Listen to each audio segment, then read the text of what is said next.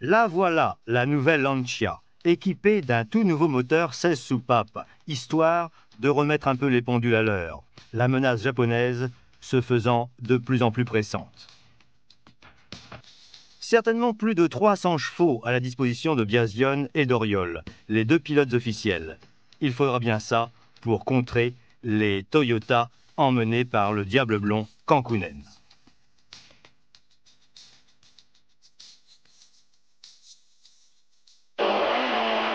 On mesure la dose d'angoisse supportée par toute l'équipe quand une nouvelle auto est lancée dans la course. D'autant que Carlos Sainz est maintenant tout à fait capable de faire aussi bien que Kankkunen avec la Toyota. Sur le goudron des premières spéciales, la loi restera au Lancia, plus agile parce que plus légère. Avec l'ancienne voiture dotée du moteur 8 soupapes, Alessandro Fiorio fait déjà mieux que se défendre. Après la portion de goudron, il est juste derrière les Lancias officiels. Un peu moins rapide que Sainz sur le goudron, Kankkunen attend la terre, son terrain d'élection. Fidèle à son style généreux, sans concession, voici Oriol, déjà devant.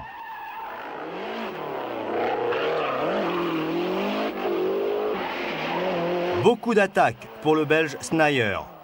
Maintenant aussi rapide, enfin presque, que les pilotes d'usine Toyota.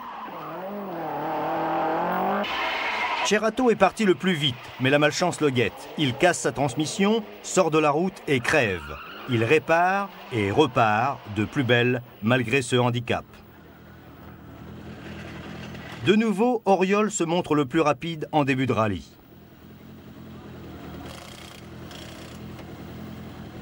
À l'heure actuelle, on doit avoir 13 secondes d'avance sur Niki Biasion, 15 secondes sur Alessandro Furio, 40 sur Carlos Sainz et 50 sur Juha Kankkunen. Donc ce rallye a bien débuté pour moi.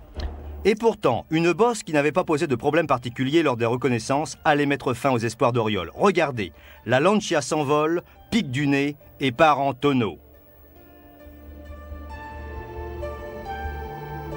Heureusement, sans mal pour les deux occupants. Un vrai miracle. Ouais, à la réception, elle a sauté comme ça. Je suis parti dans l'arrière. Et voilà. On gagne le gros, on se regarde. En ce moment,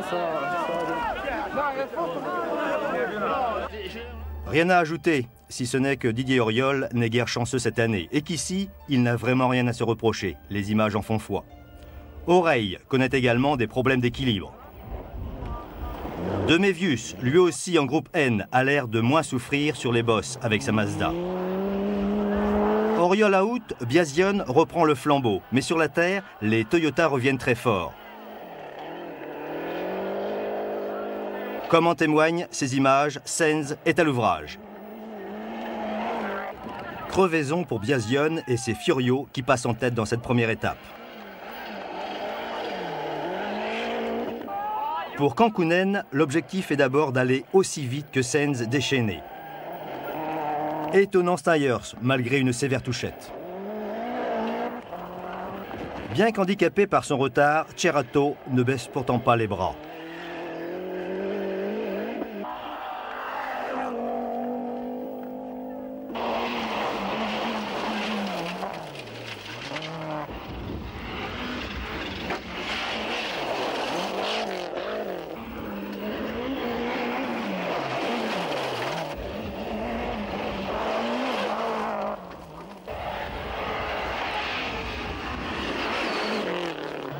Un très beau début d'épreuve pour Furio qui est peut-être en train de signer sa plus belle prestation. Misère pour Kankkunen, crevaison, rupture d'arbre de roue, plus de frein. Pour un peu, il perdrait aussi le moral. Que voilà une arrivée bien originale de Marc Duez. La rupture de sa barre anti-roulis doit y être pour quelque chose. Avec 2 roues motrices seulement, le Belge ne peut rivaliser avec les 4 roues motrices. Mais sur le plan du succès populaire, il est à chaque fois largement en tête.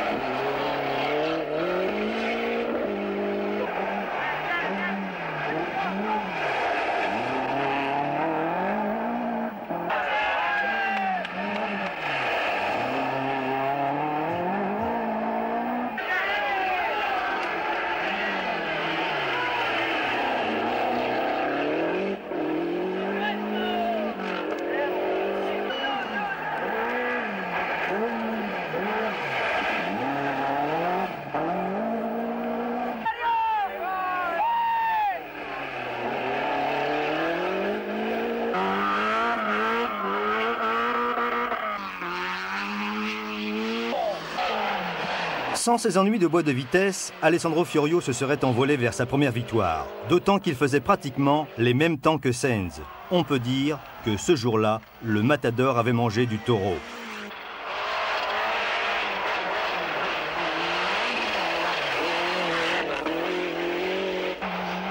Du côté de chez Toyota, on commençait à y croire. Grâce à son talent, Sainz s'était porté en tête du rallye, d'autant que Fiorio venait d'être retardé.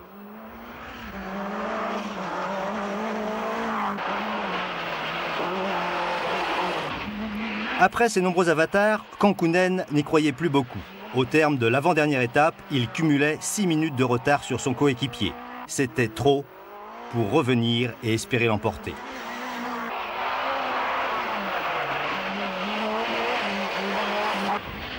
Biasion aussi hésitait. Les spéciales sur le goudron de fin de parcours devraient pourtant lui être favorables. Mais le retard est tout de même très important. 4 minutes.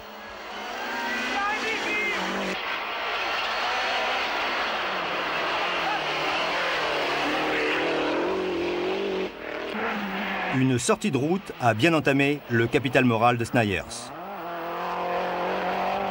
Duez n'aura pas été épargné par les soucis, mais quelle pêche! Echerato donc, revenu à la 4e place. Zanussi et sa Peugeot 405, il n'aura pas été bien loin, victime de son embrayage. Oreille était en Italie pour tenter de ravir le titre de champion du monde groupe N. Mission accomplie, la petite Renault 5 a encore été la plus fiable du groupe N et surtout la plus rapide sur l'ensemble des épreuves. De Mévius deuxième, les deux font la paire. Une dernière étape de nuit et surtout 160 km de spécial sur goudron. Biasion passe la vitesse supérieure et en 5 épreuves, il a repris le commandement à Sainz. Suspense. Alors que le succès semble acquis pour l'Italien, il est victime d'ennuis de frein. Incroyable. À 2 spéciales de la fin, Biasion, Fiorio et Sainz se tiennent en 3 secondes. Mais tout rentre dans l'ordre. Biasion donne la charge une nouvelle fois et s'impose devant Fiorio et Sainz. Mais quelle finale!